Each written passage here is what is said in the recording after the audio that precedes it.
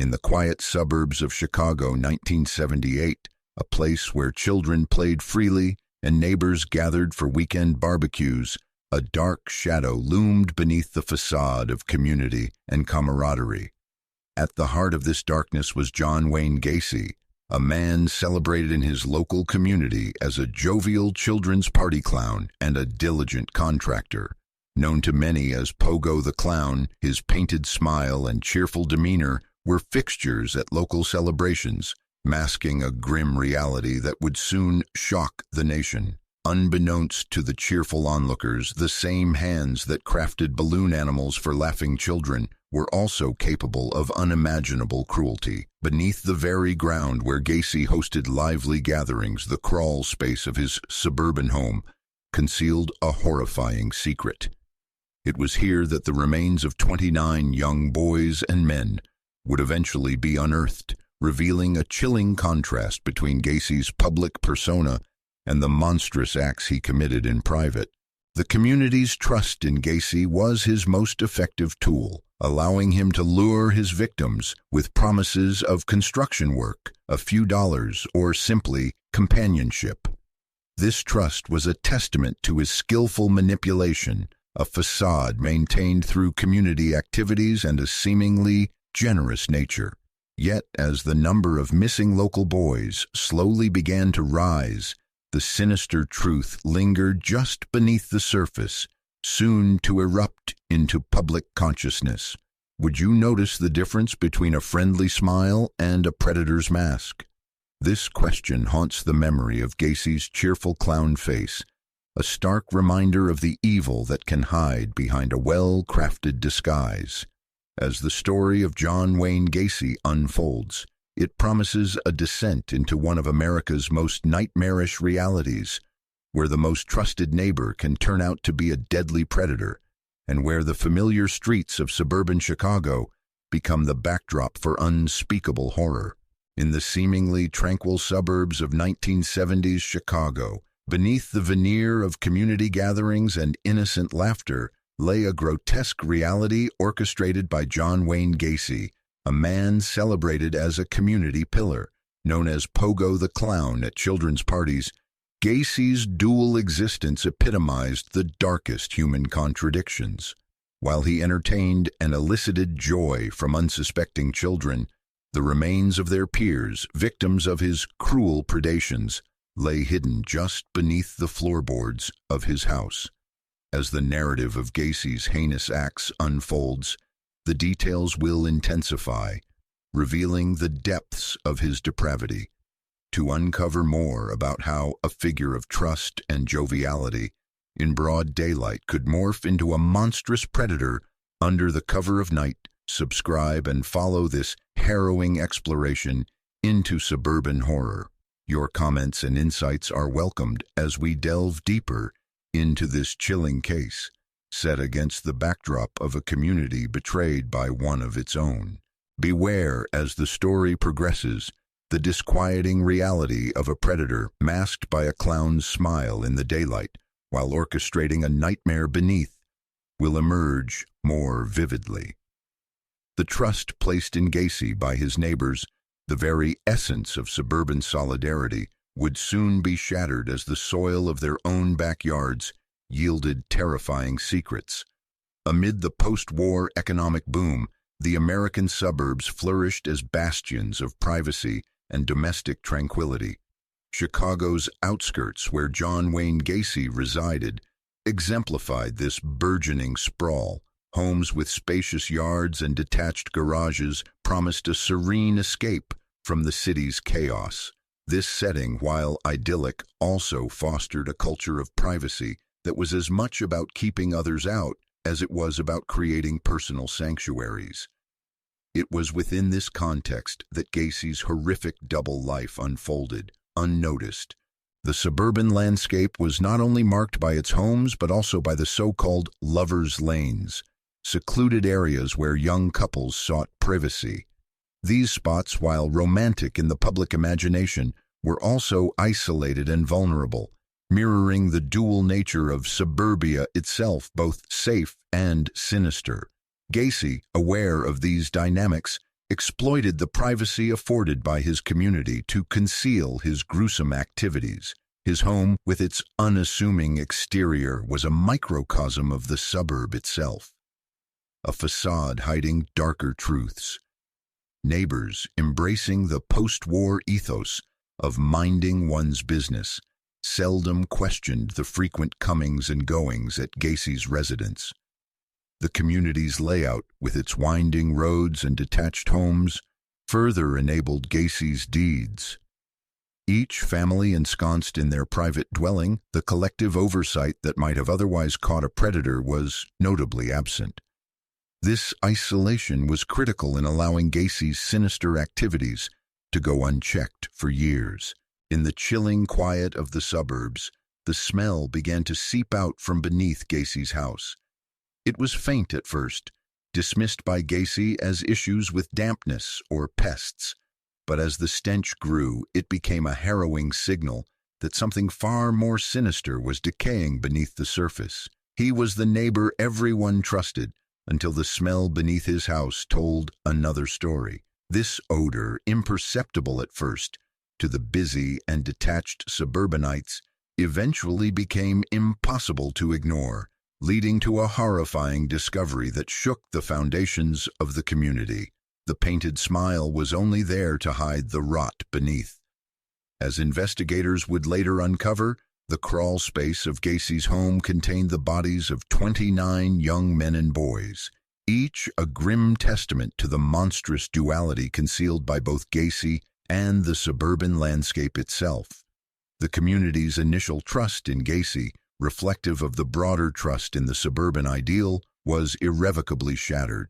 The revelation forced a re-examination of the values and assumptions that had allowed such evil to flourish in plain sight, masked by a facade as deceiving as the clown makeup Gacy donned to entertain and ensnare. As the community grappled with the emerging horrors unearthed beneath John Wayne Gacy's house, the narrative of his early victims began to crystallize into a grim pattern of deception and brutality. Each young man had been drawn into Gacy's orbit by the allure of steady work or the promise of quick money, a potent bait for the unsuspecting and often vulnerable. The contractor's friendly demeanor and reputable standing in the community served as the perfect cover for his dark pursuits. This pattern was not only methodical but chillingly efficient, enabling Gacy to operate undetected within the suburban facade. Amidst the growing body count, local folklore began to weave tales of a masked figure, a specter of dread lurking in plain sight. Whispers of Pogo the Clown, a character once beloved and now feared, rippled through the community. This clown, who had once painted smiles at countless children's parties, became a ghastly symbol in the collective psyche of Chicago's suburbs. The juxtaposition of the clown's joyful exterior with the heinous crimes attributed to him only deepened the terror. The folklore that enveloped Gacy was not just a tale of caution, but a macabre reflection of the duality of human nature, where the mask worn in public could hide a monstrous reality. In the early days of the investigation, denial ran deep. The community, law enforcement, and even the families of the missing boys were reluctant to connect the affable neighbor and the clown entertainer with the sinister events unfolding. This denial was partly due to the unthinkable nature of the crimes, and partly due to the high regard in which Gacy was held. He was, after all, a man who had stood beside politicians and paraded in the streets, a beacon of local success and charity. Accepting his dark side meant confronting uncomfortable truths about the failings of societal judgment and the deceptive veneer of community respectability. The crawl space beneath Gacy's house, a narrow and oppressive tomb, became a repository of unspeakable acts. It kept secrets the walls could no longer contain, holding within its confines the shattered lives of the young victims and the grotesque truth of their demise. As the scale of Gacy's depravity came to light, the physical and symbolic weight of the house grew unbearable. It stood as a stark monument to the horrors that had been hidden beneath its floors, a house that had contained the worst of secrets under the guise of suburban normality. The smell that eventually permeated the air around Gacy's home had begun as a dismissible nuisance, attributed to mundane problems like plumbing or pests. However, as the odor worsened, it became a relentless reminder of the decay lying just below the surface. He was the neighbor everyone trusted until the smell beneath his house told another story. This realization shattered the illusion of safety and trust that had once cloaked the neighborhood, leaving a community to wrestle with the reality of the evil that had lived among them, undetected and unfathomable. The story of John Wayne Gacy is a harrowing chapter in the annals of American crime, a chapter that reveals the depths of deception and the dark capabilities of a man who wore a clown's mask, not just for work, but to cloak his true nature from the world. Amidst the chilling embrace of the Chicago winter of 1972, the first known murder attributed to John Wayne Gacy cemented a gruesome pattern that would haunt the community for years. The victim, a teenage boy enticed by the promise of construction work, vanished after reportedly being seen with Gacy. The boy's disappearance, initially dismissed by law enforcement as yet another case of a runaway, marked the beginning of a horrifying spree. This incident, however, would only be connected to Gacy years later, as the grim tapestry of his crimes was fully unraveled. As the number of missing boys gradually increased, a palpable tension began to grip the suburbs. Parents tightened curfews, casting wary glances at unfamiliar faces, and whispered conversations at local gatherings painted the community in a hue of growing distrust. The once innocuous late-night returns of teenagers now sparked panic, propelling the neighborhood into a state of vigilance that strained the seams of its idyllic facade. The police, anchored by prevailing attitudes of the times, clung to the belief that the missing were merely runaways, perhaps lured by the allure of the city or the promise of independence. This dismissal of foul play allowed Gacy to operate with a terrifying impunity, his public persona as a jovial clown and community servant blinding many to the darkness beneath. Would you ever let a clown into your home after this? The question, seemingly absurd, underscores a haunting reality. Gacy exploited the archetype of the clown, a figure of joy and laughter, to mask his predatory nature, manipulating the trust of his victims and their families. This chilling incongruity between the public face and private horrors would later become a grotesque symbol of betrayal. The community's slow realization of the danger lurking within was agonizing. The friendly smile of a neighbor, once a symbol of suburban camaraderie, now invited scrutiny. Could such a genial facade indeed mask a predator's intent? This question began to echo through the minds of those who thought they knew Gacy, as the line between friendliness and malevolence blurred into obscurity. As the investigation later revealed, the pattern of disappearances formed a macabre trail leading back to Gacy's doorstep, a trail obscured by the normalcy of his day-to-day life, and the disbelief that someone so integrally woven into the fabric of the community could orchestrate such atrocities. The truth, when it finally emerged, would tear at the very heart of the suburban promise. Safety, community, trust, all shattered by the reality of the monster who had lived among them, undetected and unimagined. Act 6, The Discovery. The winter of 1978 brought a chilling revelation as the ground beneath John Wayne Gacy's house yielded its grim secrets. The search began tentatively, a few officers, shovels in hand, digging through the frozen earth of the Crawlspace. The air was thick, not just with the physical stench of decay, but with the palpable dread of what they might find. As the soil was removed, the true extent of Gacy's monstrous acts became horrifyingly clear. The bodies, many decomposed beyond immediate recognition, were tangled in a grotesque tableau of death, each a silent testament to a brutal end. Behind every laugh, there was another boy who never came back. The community, once vibrant and trusting, now found itself in the grip of fear and suspicion. Parents clutched their children a little tighter, and the streets grew suspiciously quiet at night. The local newspapers, once filled with community events and local achievements, now ran headlines that were a litany of loss and betrayal. Each new body unearthed was a headline, a family's worst nightmare confirmed, and a community's trust eroded further. He built a business, a reputation, a mask, and a graveyard. Gacy's dual life as a respected contractor and a serial killer highlighted a disturbing ease with which he maneuvered through societal norms, bending them to his sinister will. The Crawlspace, a suffocating tomb beneath the suburban idyll, was a stark contrast to the life Gacy projected to the world. Each victim, lured under the guise of employment or camaraderie, added another layer to his facade. Each disappearance initially dismissed amidst the mundane flow of suburban life. The discovery of the bodies ignited a frenzy of activity among various law enforcement jurisdictions.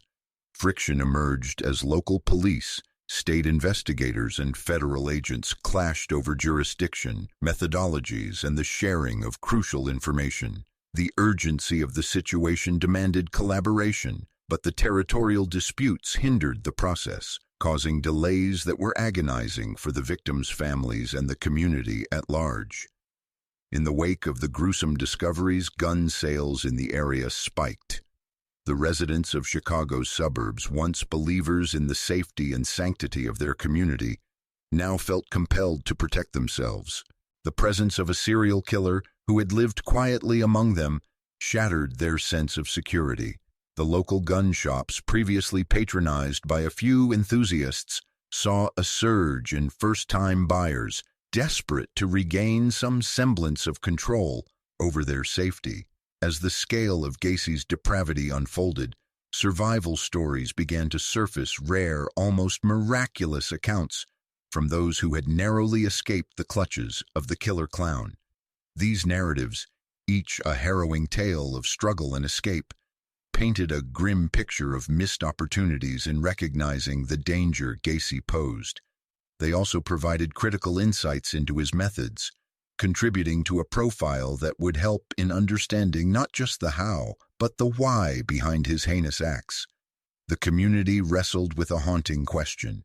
What is scarier, the clown costume or the man who wore it? This query echoed in the minds of the shaken residents, a stark reminder of the deception that had played out in their midst.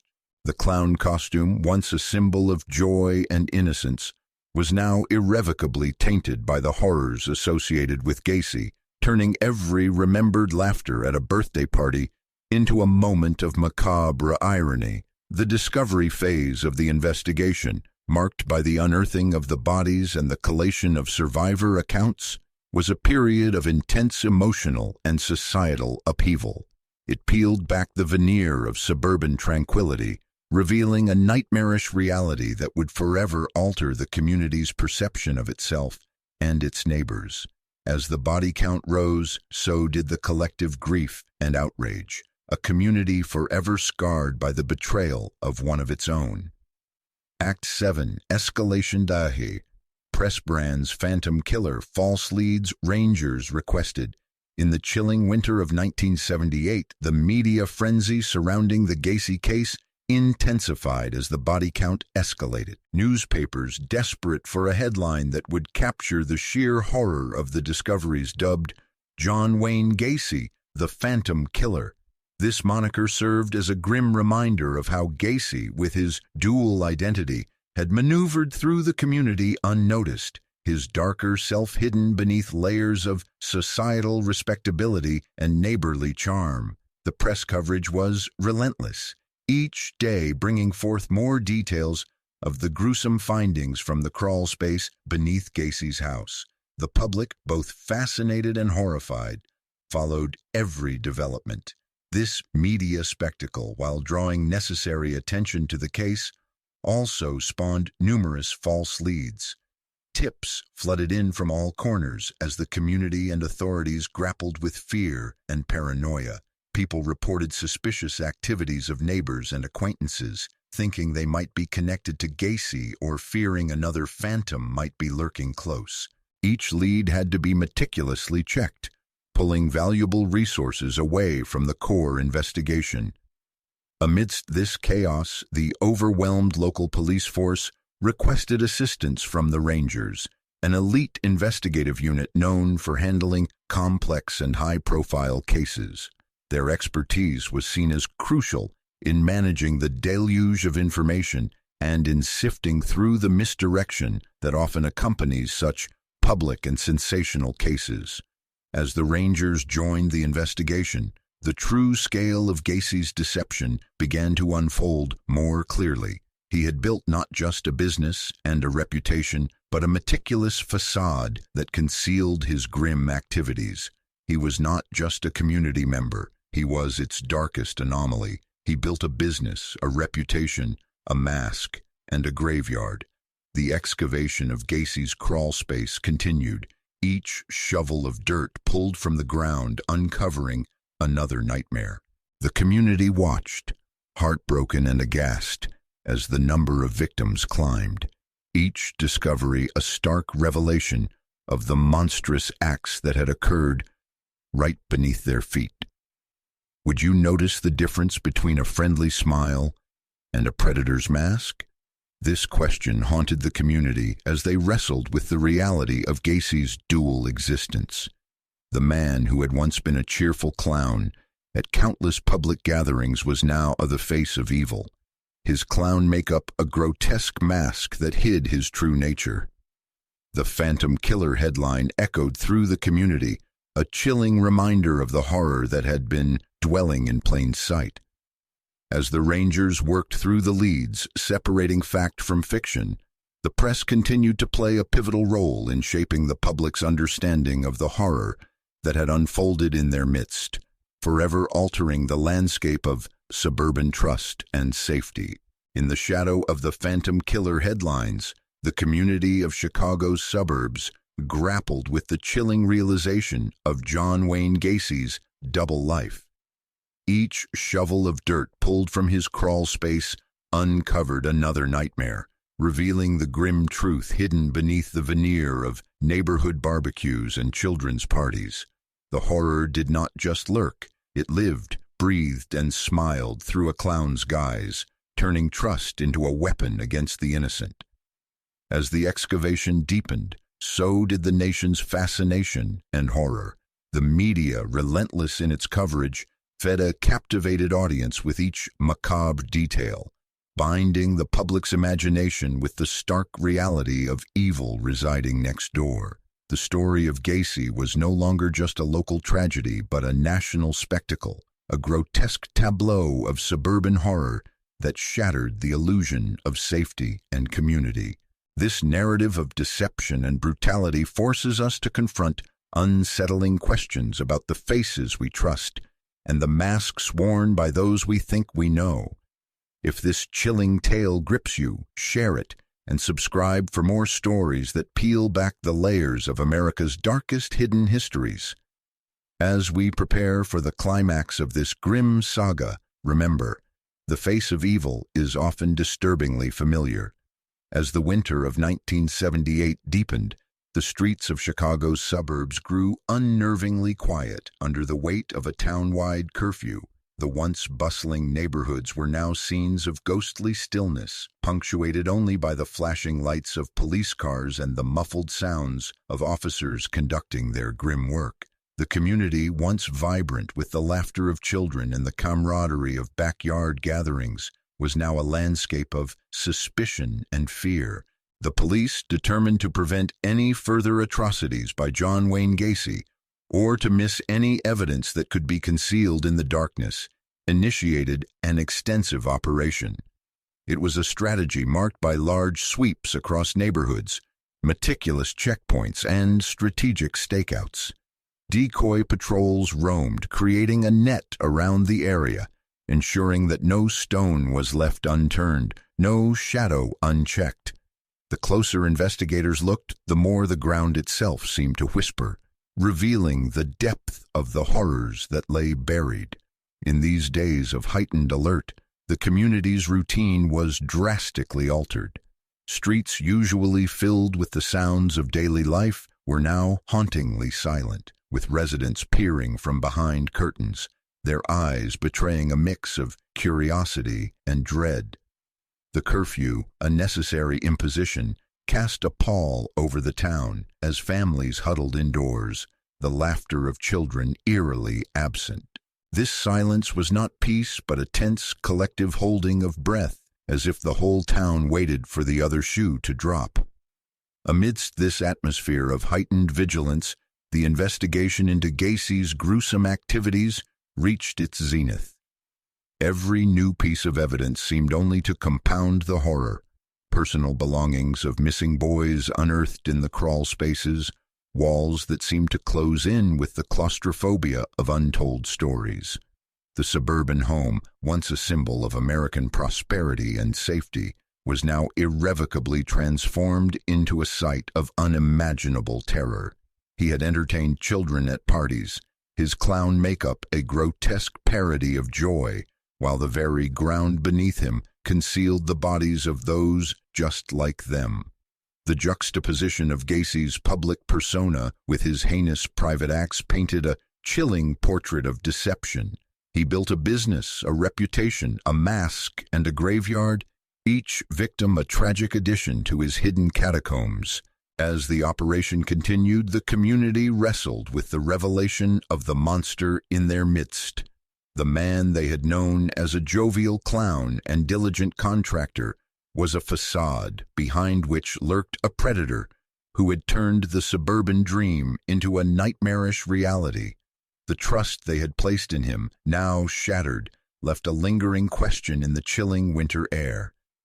How many more Gacys walked among them, cloaked in normalcy and smiles?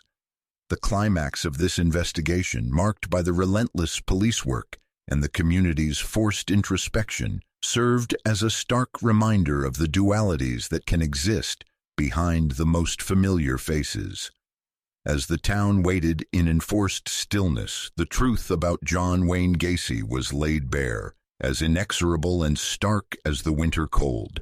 The curfew, the checkpoints, and the patrols were not just measures of control, but a collective grappling with the darkness that had hidden in plain sight, a darkness that had smiled at them from across their neatly trimmed lawns.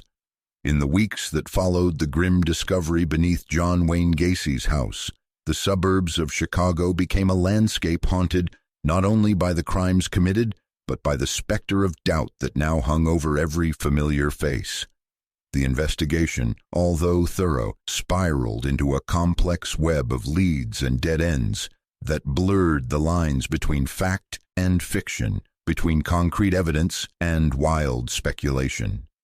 As law enforcement dug deeper, several other suspects briefly entered the fray, their lives dissected under the harsh lights of suspicion. A local teacher, a wayward uncle, a traveling salesman, each was scrutinized and then dismissed as the phantom of the real predator dissolved into mere rumor. The community, desperate for answers, found themselves grappling with the unsettling possibility that there could be others like Gacy, masterfully weaving through their daily lives cloaked in normalcy. Behind every laugh at community gatherings, there was an unspoken fear, a haunting thought of another boy who never came back.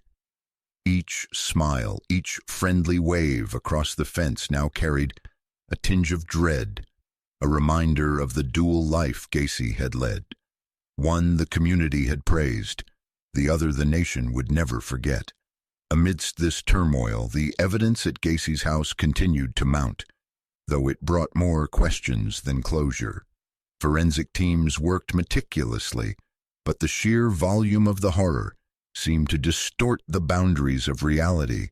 Items belonging to the missing were found, yet with each piece unearthed, The clear image of Gacy as the sole perpetrator began to fray at the edges. Was it possible that the man who wore the clown costume, the man who had been a pillar of the community, was just the tip of an iceberg? What was scarier became a common whispered question: the clown costume or the man who wore it? The painted smile of Pogo the Clown, once a symbol of joy and laughter, had morphed into a grotesque mask of terror, a facade behind which unspeakable evil had lurked. As the investigation stretched on, the physical evidence found in Gacy's domain, the fibers, the bloodstains, the personal effects of the vanished, slowly pieced together a narrative so heinous that it seemed to defy belief. Yet the conclusive link that would definitively close the cases of all the missing boys remained elusive, shrouded in the shadow of a community's shattered innocence. The town's forced introspection and the relentless media coverage began to paint a picture of a fractured reality where the horrors of one man had contaminated the collective trust. The narrative of the suburb had been irrevocably altered, no longer a place of unguarded doors and neighborhood picnics, but a stage for an unfathomable horror show, where the lead actor had played his role too well. As the cold winter persisted, the investigation into John Wayne Gacy's horrific legacy continued, each day drawing the curtain further back on the chilling truth of the darkness that had lived among them. The community, once vibrant and trusting, now waited with bated breath for the next revelation, each heart heavy with the knowledge that the face of evil had been the neighbor next door. The winter of 1978 ebbed slowly into the early months of 1979, leaving the chilling grip of horror tightly clasped around Chicago's suburbs.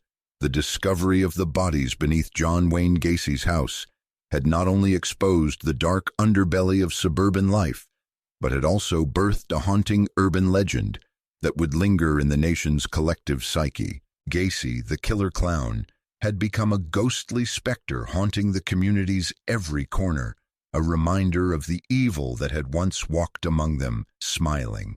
As the physical evidence mounted and the victim count rose, the files on the missing boys remained obstinately open, a stark testament to the incomplete resolution of their tragic tales. Each unresolved case was a wound that refused to heal, a narrative paused at its most agonizing moment. The community's sense of security was shattered. The trust they once placed so freely in their neighbors had curdled into suspicion and fear. Doors that once stood open now remained locked, and the cheerful gatherings of neighbors had dwindled to nervous, sparse assemblies. The media, ever hungry for the macabre, fed the growing legend of Gacy with relentless coverage. Documentaries, articles, and books painted the gruesome details in stark relief against the backdrop of an idyllic suburb turned nightmare. The nation watched, morbidly fascinated, as the depths of Gacy's depravity were laid bare. His dual life as a respected contractor and a predatory monster became a cautionary tale about the masks people wear and the secrets they keep. In the heart of the community, the crawlspace beneath Gacy's house had become a dark tourist attraction, drawing the curious and the brave. The question whispered on trembling lips was always the same. Would you dare to step into that crawlspace, knowing what was inside? It was a physical space that had transformed into a metaphysical chasm, a portal into the darkest reaches of human nature. Gacy had built more than just structures in his role as a contractor. He had constructed an elaborate facade, a mask that had fooled everyone. He built a business, a reputation, a mask, and a graveyard. His ability to maintain such a dichotomy within himself became a topic of study and speculation. Psychologists and criminal experts dissected his every move, trying to understand how such evil could flourish unnoticed. The community's struggle to reconcile the charming clown and the monstrous killer mirrored the broader societal confrontation with the nature of evil. Gacy's case prompted law enforcement and social services to reevaluate how they handled reports of missing children and young adults, especially those from marginalized sections of society. The horror had instigated change, a reluctant evolution born from tragedy. As the years passed, the fervor surrounding Gacy's crimes settled into a grim chapter of American history, yet the ripples were felt long after. Parents hugged their children a little tighter, communities organized watch groups, and the image of clowns, once innocent, retained a tinge of terror. The suburb's story had been irrevocably altered, marked indelibly by the man who had turned a house into a tomb and a community into custodians of a dark legacy. The tale of John Wayne Gacy, the killer clown, remained a grotesque tapestry woven into the fabric of Chicago's history, a stark reminder that sometimes the most horrifying monsters are the ones hiding in plain sight. In the shadow of the killer clown's house, the ordinary streets of Chicago's suburbs now whisper tales of caution and mistrust. The homes, once symbols of American dreams, are scrutinized for what horrors they might conceal beneath their floors.